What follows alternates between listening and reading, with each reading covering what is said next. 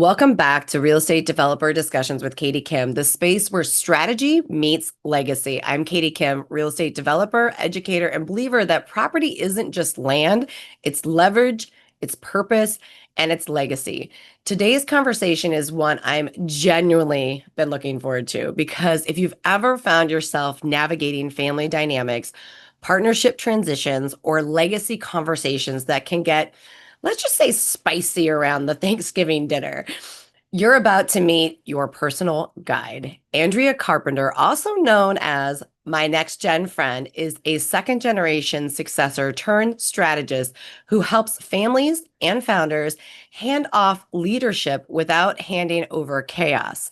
She's the president of the Transition Strategist and host of Your Next Gen Friend podcast, where she pulls back the curtain on what really happens when one generation passes the torch to the next. Whether you're that driven, strategic businesswoman ready to expand your legacy or simply asking, how do I grow without losing control? This episode will meet you right there. We're diving into the 6 metamorphoses of business transition, why it's more than just a handoff, and all the pitfalls to avoid. So grab your notebook, take a breath, and get ready because we're talking about the human side of building, buying, and passing down legacy. Andrea Carpenter is in the studio, and this one's going to be special.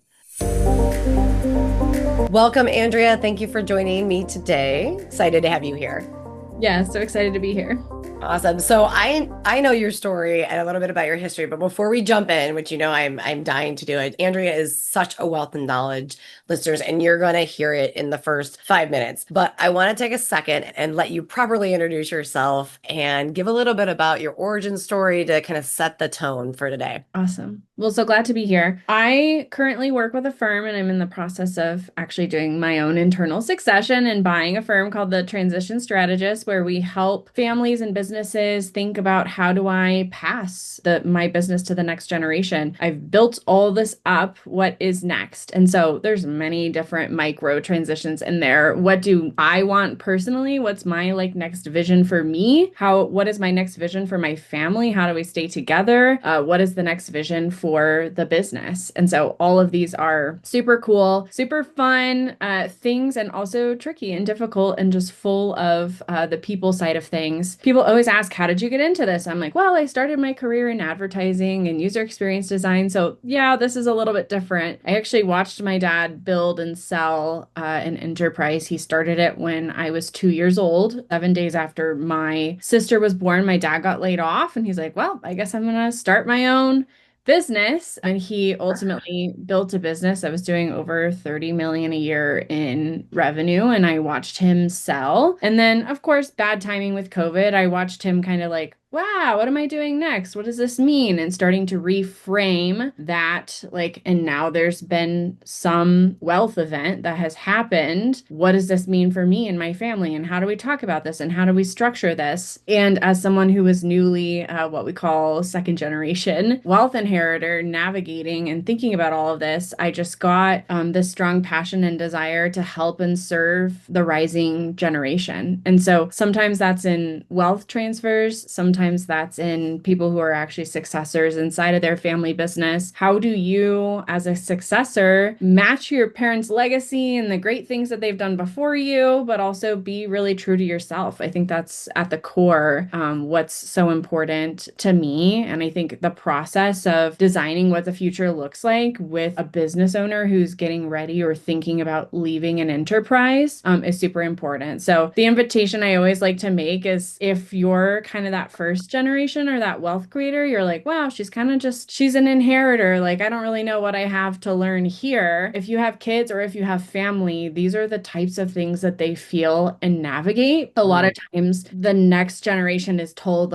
oh, you should be so grateful, right, for everything before you. But there is own very specific set of pressures and expectations and things that come up when someone is a rising generation. And if you are that wealth creator and you're building something big, this is what your kids are going to be going through. And you can keep your family together. You can keep it strong. You can keep your business strong. It's very different and it totally depends on each family. And I think that's where my design background comes in, right? Is there's no one right solution for each family, but there are kind of guiding principles and things that we can learn from each of us. So that's a little bit about me.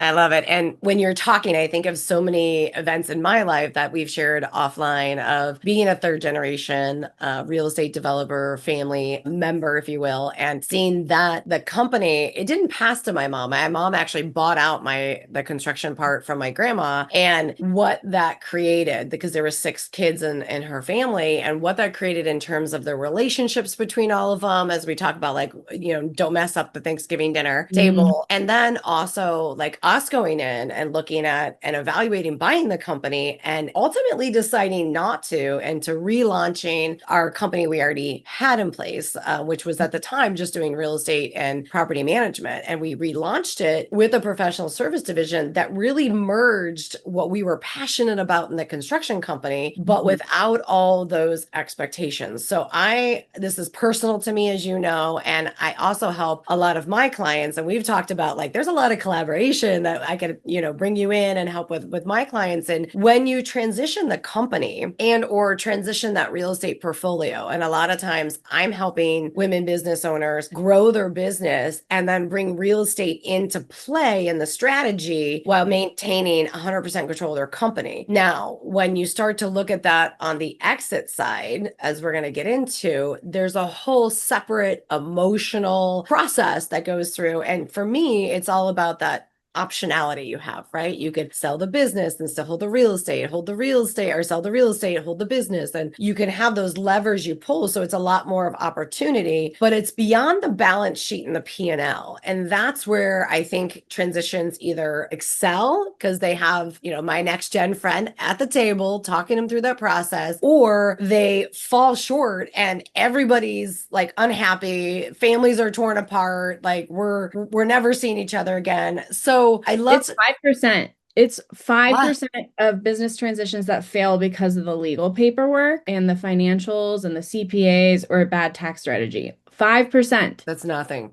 It's nothing. And that is like what we see people lead with. They're like, I got to talk to my lawyer. We need to figure out what the tax strategy is. I need to figure out how to get all of this into trust. How are we going to pass it down? Those are obviously all important things, but if you don't know what you want, you don't know what your family wants, you don't know what you're optimizing for, who you want to take care of, what do you want for your employees? If you sell to a third party, you can't control what happens to them anymore. And it's a series of trade-offs that happen on the way. And so we always say we sit on the people side or the human side of transition planning. There was a study done of, I think it was like 2,300 families, and 60% of it, the failures, was due to communication, breakdown of communication, people not being able to talk about what was important to them, people not feeling heard, someone starting to engage in something and then not realizing where they're going and unable to kind of talk about those fears or their things that they're thinking through. And so there's huge risk here. It's hard to put a monetary value sometimes on this because it's not like, hey, if you do this, you're going to get an ROI of this, but the risk, right, of your sale or your succession failing or people not coming around the Thanksgiving table. We had a client this past year, their entire thing they were optimizing for was, we want to make sure all 7 kids are still around the table next Thanksgiving. Wow. That was like the number one thing that they were optimizing this whole transition around. And you're talking about a $12 million a year business. And the number one thing was, how do we all stay around the Thanksgiving table because we're preserving kind of the family piece of it.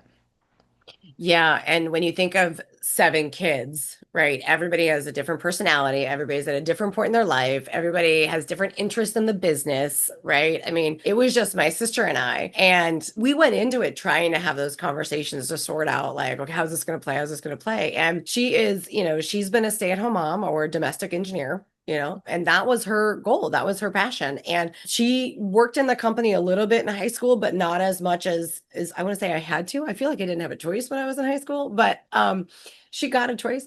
So when we were around that table, it was like, okay, so we're gonna buy this. It wasn't gifted. So that was another conversation, right? Is like, well, why don't we, have this as part of our inheritance and we can, and Kelly can get, my sister can get this other stuff. That was never part of the conversation. Now looking hindsight. So we were always going to go in buying it. And it wasn't until like one of the last points where my sister was like, well, I should get 50% of that. And I'm like, wait, what? Hold on, like where did that come in the conversation? And I think not truly digging deep into those conversations. I think there's a difference between having that initial conversation of checking the box of we're going to transition the company. Okay, does anybody interested, right? And I think that's the easiest first step. And that was our conversation, right? And then it's the details, but it's also the emotion. And I love how you start to dig into this metamorphosis that you have and the different roles that this transition creates, causes, builds, because, for my mom, she grew up in it, right? For me, I grew up in this. And so for her, when she's growing up in it, she's working with her brothers and sisters, there's a pride there.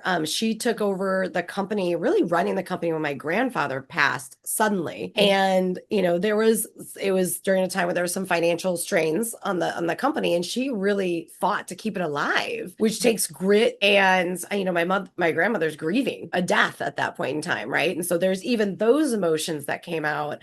And, all of that she's bringing to the table. And for me, I'm bringing to the table, this is a great opportunity, and I want to take the company here. And from my technology background, I want to incorporate some efficiencies in technology. We had what we call the legend of Bigfoot. Like, why is the yellow folder on the second file cabinet? Well, the yellow folder always goes in the second file cabinet. It's like, so let's start digging into this metamorphosis and those, do we call them 6 metamorphosis stages? Yeah, we've been calling them the six metamorphoses, of business. Oh, I like that. Yeah. And I think I know we're gonna get into it later, those conversations and how you structure them, and when you come to the table, what does that conversation actually look like? What are those important questions? There's a framework that you can bring into your family for a meeting or a series of meetings to kind of answer and dig into those things. But the important thing, and the reason we're going to talk about these metamorphoses today, is this idea of you have to recognize the like huge change that each person is going through. So you just gave some good examples. If you're coming into the business because someone else has stepped out of a role, you're in the process of grieving and you're also changing your role. So that's one,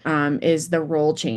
There's one for the vision. So you kind of described you had a different vision for what the future of the company could look like. And a lot of times successors do. Even in my business transition, sometimes my business partner and I, there's things where I push and she's like, I can see like what's happening here. And it makes me uncomfortable, but it's something we can now like acknowledge and put a name to, right? Like that makes me uncomfortable because it's different for the things we've done before. So vision is certainly one. The power dynamic of like, who's the person in a role now, the relationships building, that's kind of like the relationships to run the company, but also the relationships within the family. And then there's two that like could really start to break things down. One being the purpose, like what is my life's purpose and vision, and we'll dive into that. And then the legacy, like what is the legacy I'm leaving, and how do I perceive fitting into the legacy? Again, a successor has the weight of feeling that like legacy pressure oftentimes, and the business owner is like, I'm gonna leave a legacy, and like what is legacy and how do people define that, and what is their relationship with that? So I don't know. Do you want to just like start jumping into a few?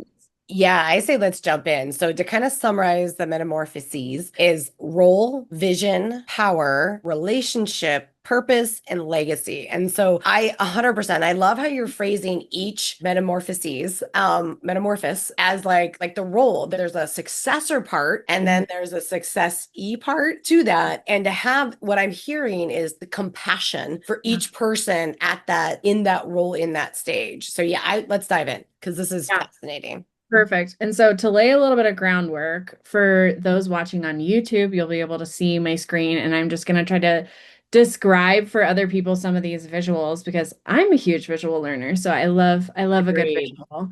If you think of a figure eight, and a person exists on the figure eight. On the left side of that figure eight is running the business, which is almost like a circle inside itself. So you're Mm-hmm. just like chugging along in your day and you're running your business, you're growing your company, you're scaling it, whatever that looks like for you, right? So, and then on the other side of that figure eight is transitioning the business. And we call this kind of this idea of a paradox because it's actually really hard to transition the business at the same time as running it. Like Oh, that's a good one. there are two Mhm. different skill sets that a person needs to have. And so if an owner is currently running the business, they're like, okay, let's start to think about transitioning the business and that shift and what things look like. And so that business owner starts to move towards the transition side. And in an internal succession, they start inviting a successor to the table. And if it's not internal succession, it might be you start bringing potential buyers to the table. You start gathering LOIs, like all of those things, right? You're bringing someone else to the table. And if that person, we call them the transitioner, if the current business owner is like, wow, I don't know what's happening, they kind of spin out and they start to move back to that run the business side. And if you've already invited someone else in, you're now stepping on their toes. And that's where you can see a Mm. lot of pressure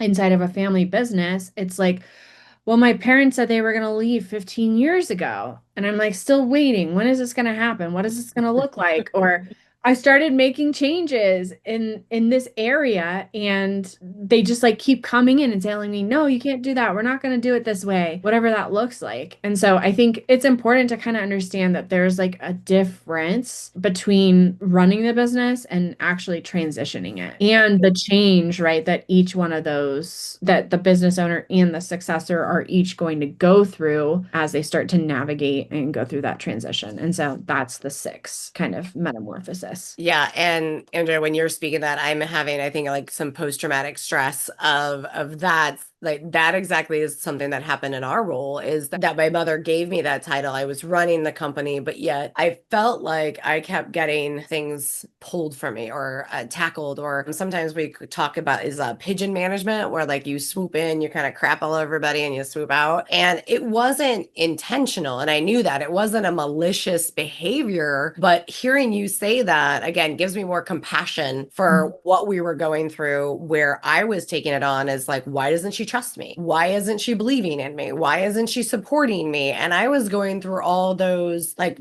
mind questions, right? And not necessarily doubting. I didn't doubt, but I could easily see how somebody could, right? Is like, is this right for me? Should I do this? And but I was looking at like, when am I going to get my wings, right? When am I truly going to be able to fly? I felt like it was like doing open heart surgery on a beating heart, right? Like you can get one stitch in and then it's out and this, and so those analogies, and I think that frame of how the business owner is going through it. And we also got to remember, like, we're all doing life for the first time, right? We're probably all transitioning or into these, metamorphosizing. I'm going back to my science terminology now.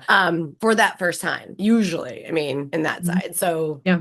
that lands, but Most people only transition a business or a family business once, especially when you think about multi generations and generations bring in stuff from the generation before them and the way that mhm. they did it. If you're like in your mom's case, she purchased it. And so it probably just made sense, right? That was how it was going to go. And a lot of times people don't pause and stop to really talk about like, what are the actual objectives that we are solving for here? And we'll talk about that when we get to the family meeting piece. But like, what are we actually solving for? Because if we don't know those things, we can't talk about them. And all these other changes and stresses and pressures will start to bubble up. And it's a big change for the person getting ready to leave the business and also the person coming in. Mhm. There's a lot of fear and paralysis around this. Oh. Particularly, I mean, it's every single generation, but particularly the founder Mhm. second generation is very, very hard because that founder feels like the grit and the growth. And then, there's like many founding generations or like new gen ones inside of multiple year family enterprises. I talked to she's a sixth generation. She's Oof. like, we started as like an outpost on the Oregon Trail. She Yeah. goes, and then it turned into restaurant supply. And now we do airline supply. She goes, that is like technically it's the same enterprise, right? But the number of times that the thing has changed, Yep. it has to evolve, it has to change. But who are the people, who's giving permission, who's that person kind of building and growing? It really Yeah. depends on the people at play, what they're excited about, what they're trying to do with their life, what their passions are, their skills. There's so many factors. Again, right? It's all back down to like, who are the people at play, and are they in the right place at the right time? Is it the thing that's going to support them and moving forward? Yeah, and when you're talking, it made me think, and you phrased it perfectly as like my mom bought the business. Well, my mom bought the business because my grandma was just gonna like just kill it because, her passive income was the real estate that my grandfather had built up for her. Right. And so she's like, I'm making enough cash off of here. I don't need the headache of all this. And my mother had been running the company. And Mhm. I think back because I've heard the stories, right? And even in that time when she was buying the company, all of a sudden my uncle wanted to buy the company. And she's like, well, go buy it. And he's like, well, I don't want it if you don't come with it. And she's like, well, I'm not going to come with it unless I own it. Right. And so I think of when you're saying that,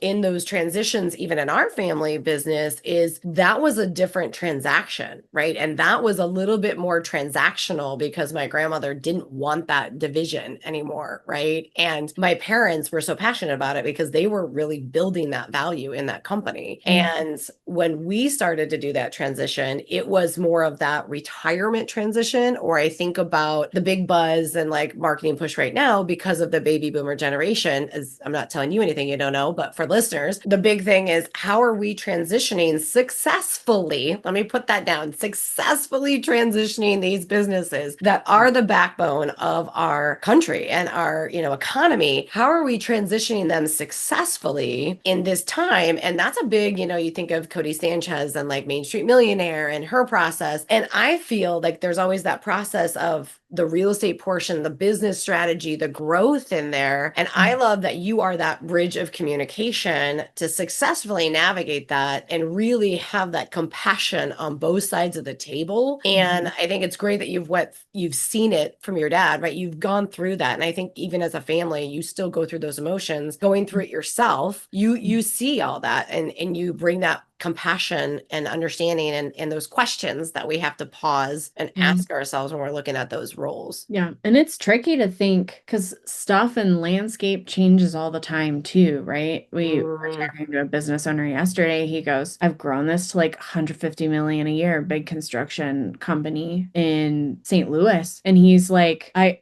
he goes, I honestly don't know. Like, it might be the right time to sell this. So he's just feeling that gut of like, I've built it. I'm really I've built proud. it. Like, is there going to be a better time? Right. And that Yeah. goes into the legacy because he needs to have a discussion with his family on what that could potentially be for Mm. them. Back to that family of seven, there were a couple who just like their whole kind of life vision was going to be running this company. Oh, Like, wow. they had already like really stepped into these leadership roles. They've already verbally been told it's the thing they're going to do, right? Selling and giving them a $5 million check it still takes that away Mm.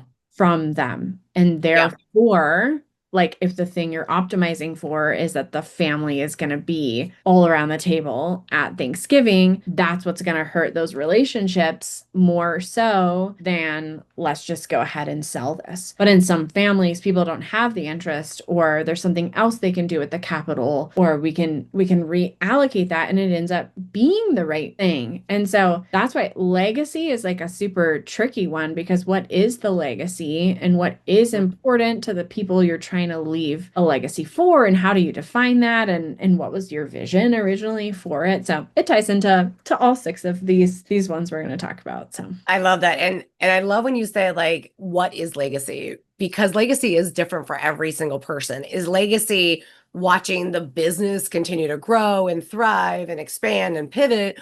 Or is legacy being able to, leave your family, a $5 million check, like you said, like leaving them a $5 million check, letting them go do their passion, whether it's in the company or not. Like Yeah. it, in not having those conversations, we don't know. And I think that's the deeper dive that we don't hear talked about enough. Because I think of one business owner I'm working with now, and she has two sons, and they're working in the company. And with our strategy for growth for her new project, her ranch project, it is, what does this son want to do? What does this kid want to do in your company? And is that what they want to do, or is that what you want them to do? And I'm constantly questioning her. I said, because we can put those plans and development in place, because again, it's not just real estate. What we do, right, is growing the business to fit that real estate expansion. Is, are they going to be alignment, or are they going to hate life in like 2 years and be like, why am I here?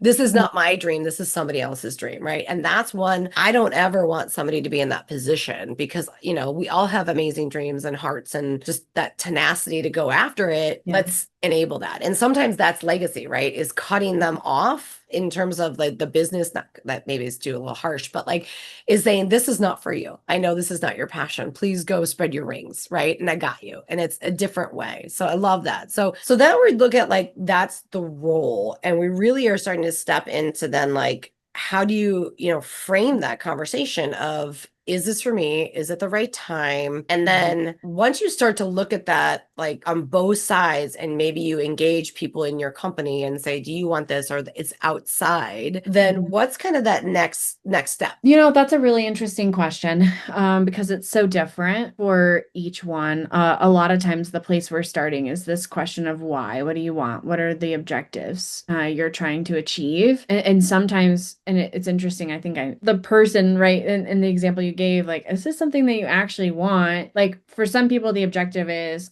I want a stable job, or I want to be able to provide X for my family, or I want my kids to feel fulfilled. Like, when you can write those things down and then actually tell everyone to their face what you think your objective is, and they can say what their objectives are, then you can truly start to design what that future looks like. And I think that makes it easier for everyone to roll together and to start to move towards that future vision. Yeah. And there was a conversation I had the other day about the W-2 mindset and the entrepreneur mindset. With what you just said was like a big trigger, is sometimes fulfillment for people is just a full-time job. Like, I firmly believe that like people who have that W-2 mindset of that, like fulfillment for me is a job, right? I go, I come, I leave everything at work. And then there's the entrepreneurial mindset, which is more like us, of like, we want this vision, we want fulfillment, we want everybody to love what they're doing. And not everybody is wired that way. And so when we're just like, why aren't they like, digging in and all this energy and joy, they're not wired that way. And the world and businesses need all kinds of people. And so again, it comes back to compassion and saying like, this is where they're at. Like I remember Gary, who was an estimator in our construction company. Gary would come in at 8, and like it was like a hightail, out the door at like 4:30, because he had to get the softball practice or baseball practice. But he was killing it, while he was in the office. So, again, you need all those people in your company, and don't try and fit, a square peg in a round hole, right? Somebody shows you who they are, believe them, and put it into the mix. But it's interesting that you say that, because sometimes that can feel really like subjective. Like, I perceive this about you because of our history or something that happened in the past or whatever. We actually have a personality assessment that we use with every single person who's going to get ready to go through a transition, that talks about, what is your natural wiring? Are you an idea person, or are you a systems person? And typology assessments, like everything's a scale, right? But it starts to give us some language for like, oh yeah, are you more of a planner or more of an adapter? What are the like core values and the things that are important to you? And that takes something that has traditionally felt subjective and can make it very objective based on data. And a lot of times we open all of our engagements with this, it's called the IMAP assessment. We do open all of our engagements with this because we need to like move you from like what do you perceive about each other to like who are you as a person? Is that true or not? Is there anything else Mm. you want to share about yourself? Because then we have that data, we're armed with that data before we start getting into all of those other things that are changing and moving around and things like that. Yeah, and that assessment takes my brain to like when a company, maybe not just in succession planning, where you can also help a company if they're just starting out, or if Yeah. maybe if it's a team that is buying a company and they're working together for the first time and kind of Sure. say, here's how you work together better. And then Mhm. I also, my mind, of course, my mind fires in five different directions all the time. But then the other part is when businesses, what I get a front seat to, and I always feel like it's a guilty pleasure to like get inside businesses and see how they work and how they grow and the strategy. I love it. It's like Mhm. I could do that all day long. And then, real estate's the plus, right? And I think about like every level, I did this analogy the other day. It's like every level we level up. And then we're kind of like a caterpillar. We get into this cocoon of comfort and safety, and we're at that level. And now we're all wrapped up. And yet now we want to like level up again. So then Mhm. we bloom from the cocoon, right? We expand our wings, we fly to that next level, we get to that capacity, and then you kind of shrink back just naturally. You get back into the cocoon. And so just thinking like almost at every single phase of growth, you kind of need somebody like you to kind of say, okay, what got you here is not going to get you there. And Yeah. my phrase with that is what got you here is not going to get you there. And I'm like, what the hell is there? Like, what does Yeah. that look like? Right. And Yeah. sometimes you don't know what it is when you're in that process. No. Yeah. Right? And it's so interesting you said that because you described, and of course I don't have this visual up, but one of the Yeah. graphics that we use to tee up why these IMAP assessments are so important is Mm, you're basically in this space of like unconsciousness. Like the level you're at now, there are blind spots and things that you are not even aware of that are preventing you from growing. And then you're like, you recognize those things and you're like, oh, and so now they're conscious and you're aware of them. And then you mhm, take what we call mindfully guided actions. So you start to take steps towards addressing those things that are now conscious thoughts, and you move into this phase of like eventually those conscious thoughts become unconscious, and now it's your new normal yeah. again. And then you've reached that next level, and the process repeats itself because there's new things in your unconscious. And so that's kind of we probably today won't go into all of the metamorphosis in detail, but I'll give a little download if you guys are interested. Katie will put it in the show notes for you with the descriptions of each of these. But that's like kind of the undercurrent of each of these things is there's so many different parts where you're unconscious and then it becomes conscious, and you have to work through all of these like sticky things with relationships, with growth as a leader, with Mm, power dynamics within the family, fairness and equality, family harmony. What's the legacy that we're living? Expectations, historical context, all of those things kind of form this like big blob of stuff that's going to be happening to someone as they approach really any moment of transition, whether it's succession or a sale. It's still a big change. You're kind of, I love the cocoon analogy. Like you're in a cocoon and then something major is going to change. And you're kind of preparing for that. And so, yeah, to just, I think the takeaway from that is can we take a minute to reflect on these things, try to identify what those blind spots are going to be before it gets to the point of being close to transaction, or mhm, before it gets to the point of, and now our relationship is fractured because people yeah. were unable to come to the table and talk about different things, and now we can't be in the same room anymore. Mhm. And so addressing those things early is what can help alleviate a lot of that stress and pressure and that failure rate oftentimes. So. Yeah, and that's a staggering failure rate. But I also think of how many deals just in general like fail because we're not communicating. But we think we are communicating, right? In the Mhm. moment we think we're being so clear, like how can you not understand this? And it's like we're speaking different languages in that. So I love it. And I went with that because the morphos when I think of like that caterpillar, going through, and it's somebody said something the other day, it's a completely different like DNA makeup when they're going through that. And I'm like, wow, like you're really switching and then you have to fight to get out of it, right? Like, and I Mhm. feel that so much as a business owner is like you have to fight to get to that next level. Yeah. And then you get there and again, your capacity sets and then you kind of breathe, right? You just kind of come in and breathe and you're like, okay, I need a minute. I just need a minute, right? Yeah. And there's your own changes that you, like, as an entrepreneur, are going through as you grow. Yeah. But then there's also the changes that the business itself is going through. Like a Yeah. $1 million a year business is fundamentally different from a 25, which is fundamentally different from a 250, just based on the people and the leadership team and how things work and the process and the system. And those two things kind of have to move in tandem of the entrepreneur and also the enterprise itself to really get to that like maximum level of growth and what we call like a high performing entrepreneur or a high performing enterprise.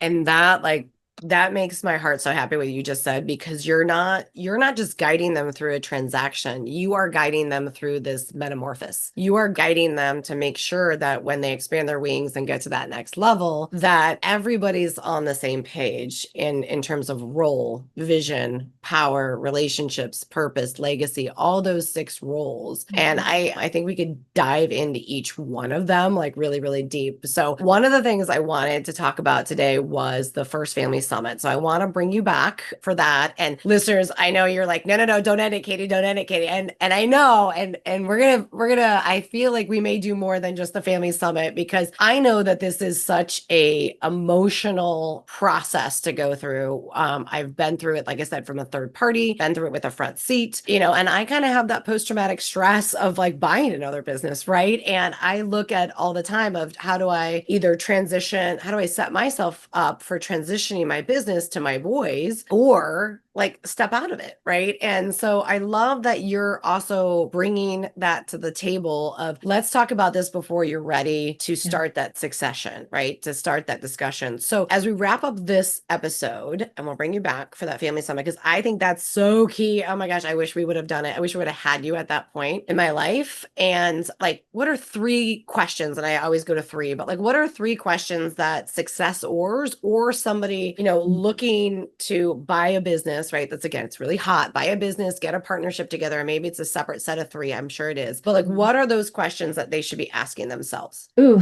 great question. What brings me joy? Mm, Because that's like a very internal facing question. You have to know before you go to a table and you start putting expectations on someone else, like what's important to you. So this idea of yeah. what's important to me, I think is crucial.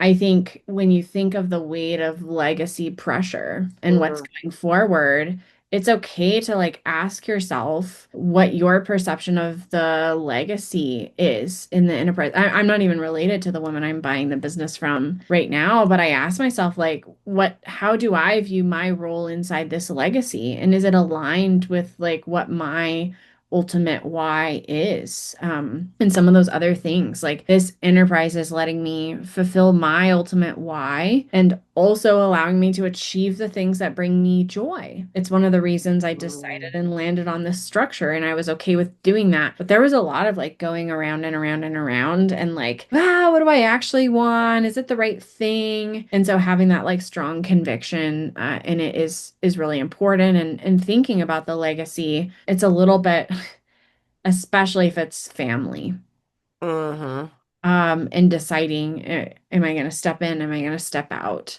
What does that look like? I think is important too. And then I think just that self-reflection of, for me, it was like, am I ready for this? Where do I see myself going? Are there things that I can learn or grow or help make myself better or stronger in a certain area mhm, now, which will better prepare me for the future, even if this transaction doesn't work out, or I decide to opt out, or they decide that they're going to sell.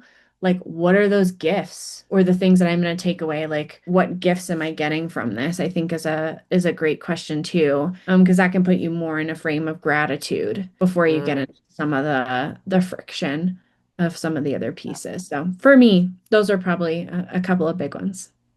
I love that last one because I think it is that gratitude of like honoring what they've built right? And knowing that you want to come in and you may want to organize things different and just like this, but having compassion and having that gratitude and knowing, I mean, that was part of, what really led me to not buying my family's company is because it's like I knew things were never going to change because that passing of the guard that they were so entrenched in it that they were not going to be able to let go. And so it was really when you say reflection, and I'm sitting in and learning more about the word discernment more and more and more, and thanks to my prayer group, and I think it's an art and it's a skill to sit and to discern and to really digest because right when you're talking about those questions and like how you're processing and answering through them, I'm thinking like that can be such a surface level answer. Like these are the answers I know I'm supposed to give, but like really sitting in those questions and discerning, is this for me? Is this of me? Is this what I'm passionate about? And, my mind goes to like, when I ask my questions, like, what's your perfect week? Like if time and money were not an option, what's your perfect week? Describe it to me. In that question and kind of searching through other questions to answer an initial question is really good discernment to dig down into like, what do I really want? Because, again, we're all doing life for the first time, right? And so there's no owner's manual. There are guides like yourself to help us through. So, all right, we're definitely going to have Andrea back because what a gift. Thank you for bringing the wisdom, the humor, and the heart to the conversation so many of us quietly wrestle with and not sure how to take that first step in. So if you're listening, wondering what is that first step, or you're stepping into a new role, maybe you're taking over a family business or inheriting a property portfolio, I hope today reminded you that success in succession isn't about control. It's about conversation. As Andrea said, documents don't build trust, conversations do. If you felt seen in this episode, share it with your next gen friend or a founder that's in your life. Start the dialogue early. And if you're ready to step into the conversation, reach out to Andrea. If you're looking at stepping into that next generation of development legacy, reach out to me. We are here for you. We want you to build and expand and transition smarter, not riskier. So, Andrea, thank you again for being my next gen friend and for reminding us that legacy isn't what you leave behind, it's what you build together. I'm Katie Kim, and this has been Real Estate Developer Discussions with Katie Kim, where we build wealth, wisdom, and legacy one conversation at a time. Until next time, stay clear, stay strategic, and keep building. Let's go. Hey, friend, before you go, I want to say this. If real estate development has been on your heart or on your mind, we've built lanes to help you walk it out wherever you're starting from. Just exploring? Start out with our free live masterclass. Ready to do the reps and build the strategy? Join the Developer 101 Bootcamp. Already active and need to level up? Step into the Real Estate Development Academy. You don't have to figure this out alone. We can teach you, we guide you, and we walk with you. So head over to katiekim.com and book a call with our team today, and let's figure out the best first or next step for you. You're not behind, you're not too late, and you're definitely not too early. You're right on time. Let's go. The information in this podcast is for educational and informational purposes only. It is not legal advice. It's not financial advice. It's not investment advice. Real estate development, like any investment, carries risk. Before you make decisions, you should always consult a licensed professional, your attorney, your CPA, or your financial advisor, to name a few, to make sure you're making the right choice for your situation. I'm here to share insights and strategy, but you're responsible for your own decisions, and each situation is unique. So make sure you contact your professional team to give you your specific guidance for your specific case, as each real estate development's different and unique and has its own challenges and opportunities.